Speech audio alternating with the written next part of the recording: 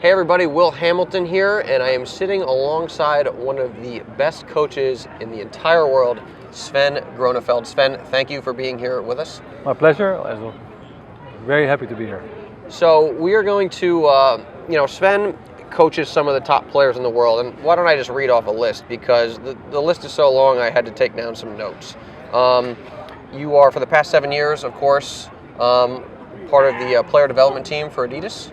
Did I get the title right? Is it head of? Well, it's the Adidas Players Development Program. Okay, and we are all at the same level. Okay, gotcha. And you guys are working with Fernando Verdasco, Ana Ivanovic, Caroline Wozniacki, Andy Murray, many other many other players. In the past, this is quite a list. You've worked with Michael Stich, Greg Ruzeski, Tommy Haas, Mario Ancic, Mary Pierce. Was it Arantxa Sanchez Vicario, Mary Jo Fernandez, and right now you're closely working with Wozniacki. Let's see if I can pronounce this one. Pavlyuchenkova. Okay, close enough. Kristea and Morita. That's correct. So basically, from what you just heard me read, is this guy has worked with basically all the top pros. Many of the top pros you have heard of over the past, 20-some 21 years. This is my 21st year in Indian Wells. Is there 21 years at Indian Wells? This is a heck of a tournament, huh? Oh, it's beautiful. So why don't, I've just read off your resume, but why don't you talk a little bit first about how you kind of got into coaching and what your just general background is, maybe outside, including the Pro Tour, but maybe a little bit before that as well. Yes, thanks, Will, for the introduction. Yeah. It is quite a list, and sometimes I look back. It was a mouthful trying to get it all out. It's looking back a couple of years, and actually how I got here is it's been a very interesting road. Mm-hmm. And actually it started in Holland. We're in the Netherlands. I'm from Amsterdam, and played on a very high level nationally. Okay. Moved with my parents to South America in Colombia, played the national tournaments there.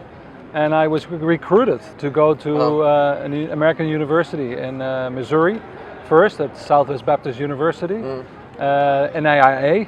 I was ranked number 2 in the nation there. We won the nationals. Then I transferred to the University of Kansas and played there 1 year, unfortunately. But there was my first coaching experience. I became the assistant coach to Scott Perelman, who was coaching on the tour as well in the past, and went back to Holland, and I thought, what is next? What is what I want to do? Finished my education, business management, and I decided to go to Japan. I traveled to Japan. I got an invitation to start a academy in Japan for juniors. They already had that's what's called the American Tennis Camp, or the American Tennis School. And they wanted also a junior program, so they recruited me, and I was there for a couple of months, and then all of a sudden one of my lead coaches that I was working with invited me to have a hit with Monica Seles. And cool. I got a lot of requests as well to work with some companies to become a professional player again. I didn't really want to play for a company, that's what they do in Japan. Yeah. And but I also got a call from Monica Seles again to join her on the tour. Okay. And cool. That was in '91. And in '92 I came here when she won the tournament. Since then. And that was. And since then I was with Ivanovic in 2008 when she won. She got the French. Yep. Also here, and I was here in 2011 last year with Caroline Wozniacki when she won. Yep. So it's a little bit that step-by-step progression. Sure. Well, very cool. You mentioned something in there that I want to touch on briefly. So you were at University of Kansas, right? Correct. Do you follow March Madness, American basketball at all? Is your bracket all ready to go? The bracket is not all ready to go, but I do follow it, and I know Kansas is always up there. Okay, so the reason I made that pivot is just to give a quick plug. Davidson College, my alma mater, qualified for the tournament. Their first game is on Thursday, so when maybe when you're watching this video, Davidson will be national champions. That's right? That's probably going to happen. Nah, probably not. We're not going to do too well. But anyway, so one of the things I always get asked about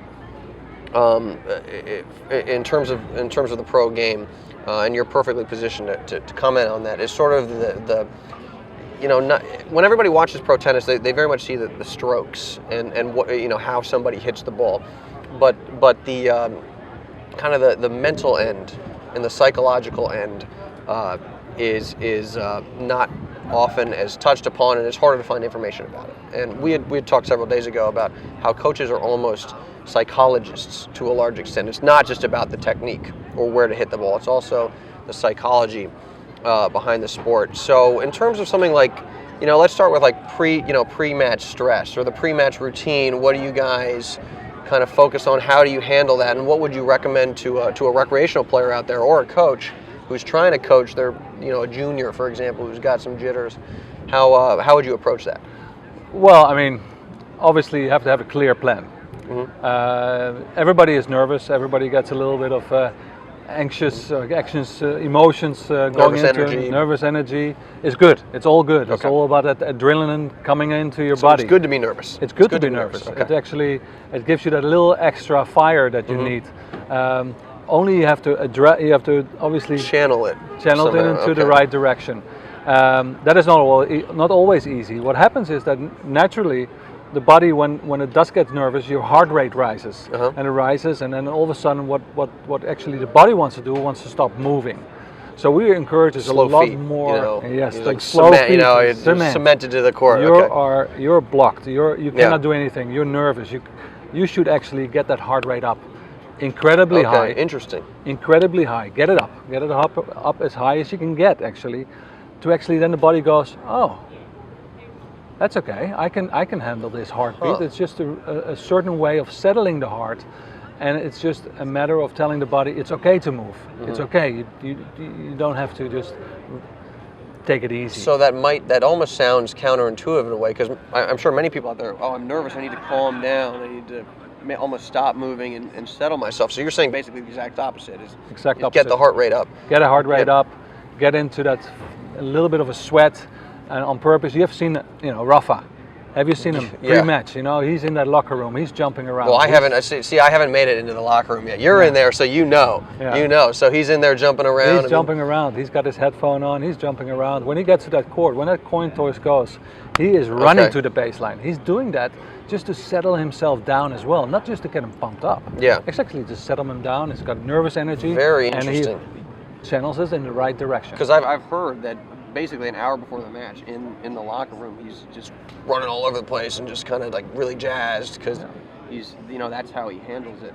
Another guy, when you're talking about sort of the energy and how to cope with it, everybody obviously get this reference. John McEnroe, for example, was a guy who almost he had the outbursts on court, but it almost seemed like he played better afterwards. And do you think that's another sort of way of everybody coping? has a certain way of trying to get themselves going, Yep. or get into that zone. Get in the zone, and some players do need that little bit of an exhaust. Yeah. Now, recently Baghdadis just destroyed a couple of rackets. Now maybe that's not the best way to get into your zone, but players have done that. They have done that on purpose. They've argued with the umpire. Yeah. The other day, I was at a match and one player was arguing, and all of a sudden you have a situation where a player flips out to the referee. Yeah. And all of a sudden, the whole momentum of the match changes. Yeah, so we've moved a little bit from dealing with the stress and the nerves to just kind of changing the momentum of the match as well, by either arguing with the ref or smashing rackets or something like that. So, what for a recreational who's they don't want to do that. Yeah, who's not going to smash 5 rackets for a number of reasons. What would you recommend as a good way to break bad momentum?